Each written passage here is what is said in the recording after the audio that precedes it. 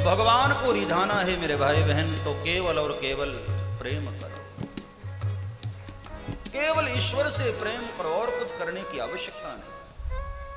भगवान को केवल प्रेम प्रिय। दुनिया वालों को तो स्वार्थ प्रिय है। सुर नर मुनि सबकी यह रीति, स्वार्थ लाग करहि सब प्रीति। ये दुनिया वालों के पास जो प्रेम है भी ना, वो स्वार्थ वाला। स्वार्थ पूरा हुआ, प्रेम पूरा हुआ। बगैर स्वार्थ के प्रेम करने वाला कोई है तो वो है ईश्वर। अकारण करुणा करने वाला कोई है वो है ईश्वर। इसलिए प्रेम जैसा पवित्र तत्व ईश्वर को दो। और हम क्या करते हैं? भगवान से दिखावा करते हैं, दुनिया से प्रेम करते हैं। ये कड़वा सच है। भगवान के सामने दिखावा ही तो करते हैं। घर में कोई मेहमान आ जाए तो सुबह 4 बजे उठ करके हनुमान चालीसा पढ़ना शुरू कर देते हैं। नवरात्रि व्रत रह लें तो पूरे मोहल्ले को खबर कर देते हैं कि हम व्रत हैं। ये दिखावे में हमको बहुत इंटरेस्ट होता है। बहुत। ऐसा कोई नहीं कि जो नवरात्रि व्रत रहे और उसके मोहल्ले में किसी को पता ना हो।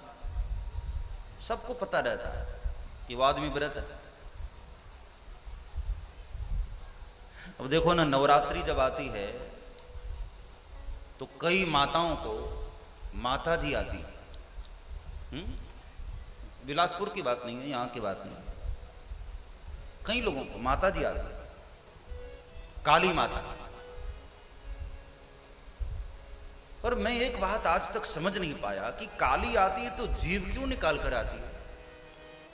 एक आध बार कभी निकाला होगा, जब भी हमेशा जीव ही निकली होगी।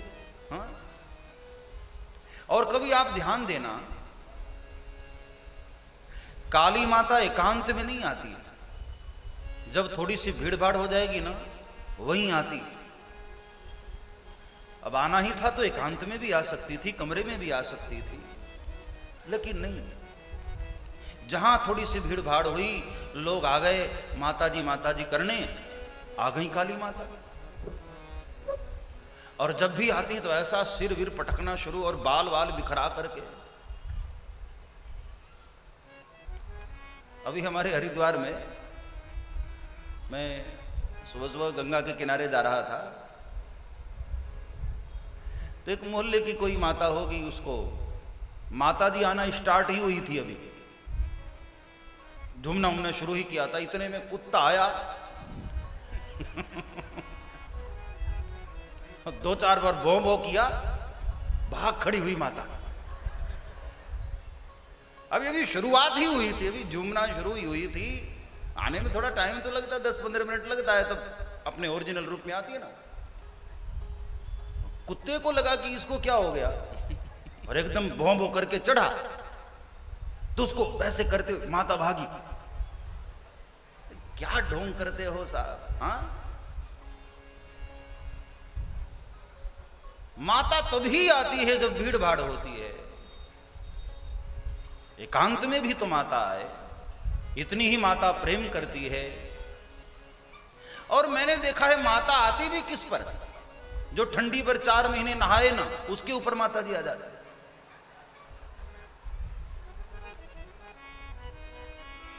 क्या पाखंड फैला रखे हो। हाँ? और जीव निकली हुई माता जी। अरे कभी एक आध बार निकाल लिया था जीव, हमेशा जीव निकली थोड़ी रहती है माता की। एक जगह तो मैं पंजाब में कथा करने गया,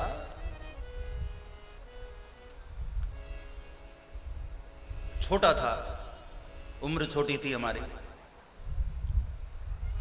तो एक भजन गा रहा था मैं माता जी का, और इतने में किसी महिला को आ गई माता। बाल वाल बिखरे, आंखें बड़ी बड़ी और जीभ बाहर, पीछे वहां थी वो। मैं छोटा बच्चा था उस वक्त, इतनी सिक्योरिटी भी नहीं होती थी कोई। तो अचानक वो झूमती हुई माता उधर से चली, और मैं देख रहा था कि ये स्टेज की ओर ही चली आ रही है। बच्चा था, मैं तो डर गया कि ये इधर ही क्यों आ रही है, और भजन में गाया जा रहा था। तो एक को पूछा कि ये क्या है, बताया कि बापू माता जी है। तो मैंने कहा ठीक है, वो तो मैं समझ रहा हूं माता जी, लेकिन ये इधर क्यों आ रही है? उसको बोलो उधर रहे। बोले बापू ये तो माता है, अब उसकी जहां मर्जी होगी वहां जाएगी। और मानी नहीं माता, स्टेज पर चढ़ने ही लगी।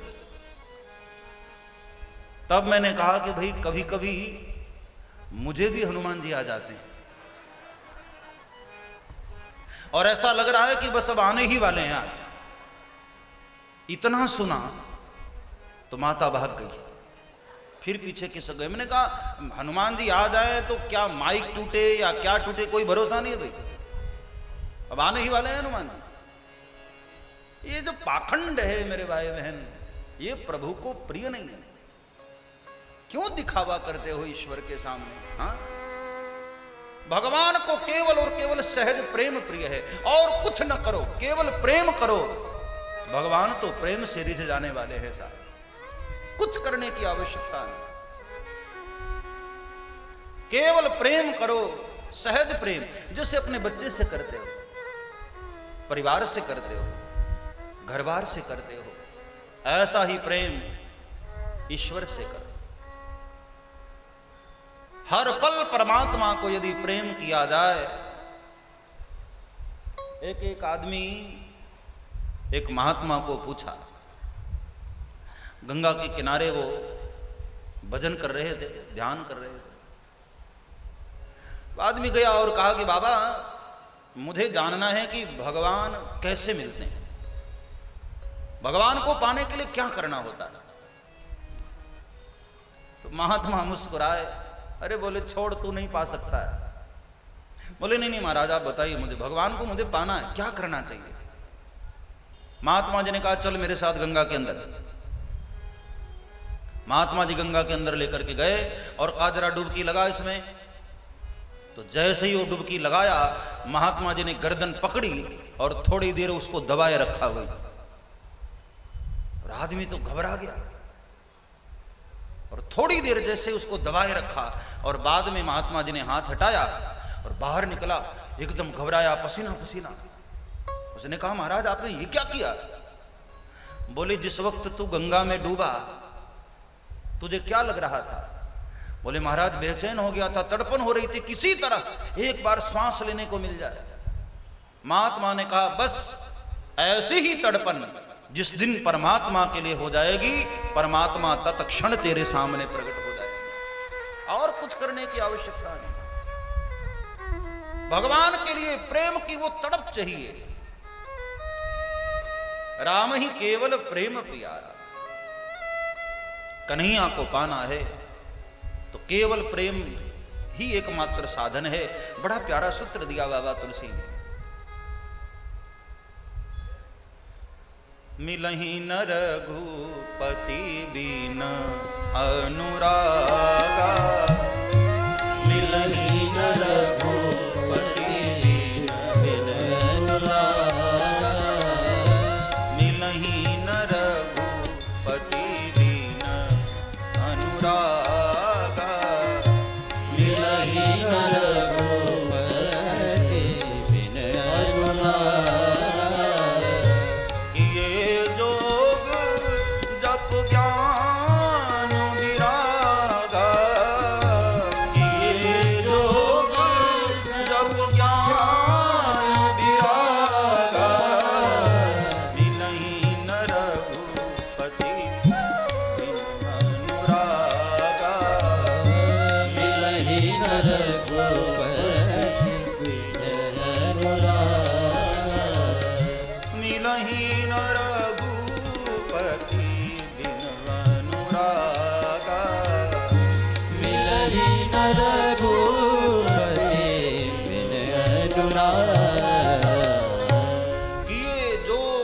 ज्ञान और विरागा, कितना ही वैराग्य हो, कितना ही ज्ञान हो, कितना ही योग कर लो, जब तक प्रेम नहीं है, जब तक अनुराग नहीं है, ठाकुर प्रसन्न होने वाले। राम ही केवल प्रेम प्रिया। भगवान को केवल और केवल प्रेम प्रिय है साहब। आज देवकी मैया के प्रेम ने नंद किशोर को साक्षात ईश्वर को प्रकट किया। गोविंद प्रकट हुए। चतुर्भुजम शंख गदा युधायुधम, जो सर्वत्र रहने वाला है, सर्वदा रहने वाला है, हर समय रहने वाला है, वही ईश्वर आज देवकी मैया के सामने प्रकट हुआ। और फिर तो हमने कल दर्शन किया ही था। वसुदेव महाराज लेकर के आए हैं गोकुल में और यहां धूमधाम से कन्हैया का जन्मोत्सव चला। शांडिल्य महाराज अपने विप्रों के साथ पधारे, जातकर्म संस्कार हुआ, स्वस्ति वाचन पाठ हुआ। हरि ओम स्वस्ति न इंद्रो वृद्धश्रवाः स्वस्ति नः पूषा विश्ववेदाः स्वस्ति नस्तराक्षरो अरिष्टनेमिः स्वस्ति नो बृहस्पतिर्दधातु। बड़े प्यारे वेद मंत्रों के साथ स्वस्ति वाचन हुआ, जातकर्म संस्कार हुआ, पितरों की पूजा की गई। और ऐसे अवसर पर नंद बाबा ने 2 लाख गायों का दान किया। धेनुनाम नियुते प्रादा विप्रभ्यः समलंकृता, 2 लाख गायों का दान। और वो भी गायें पता है कैसी, जिनकी सींग सोने से मढ़ी हुई है।